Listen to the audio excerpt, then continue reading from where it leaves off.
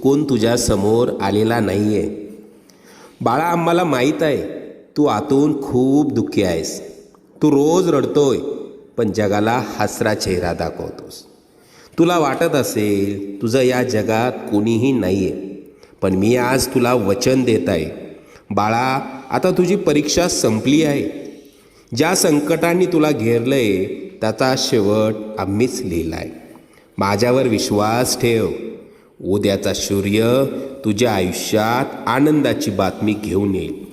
आता येतील सुखाचे सोन्यासारखे दिवस.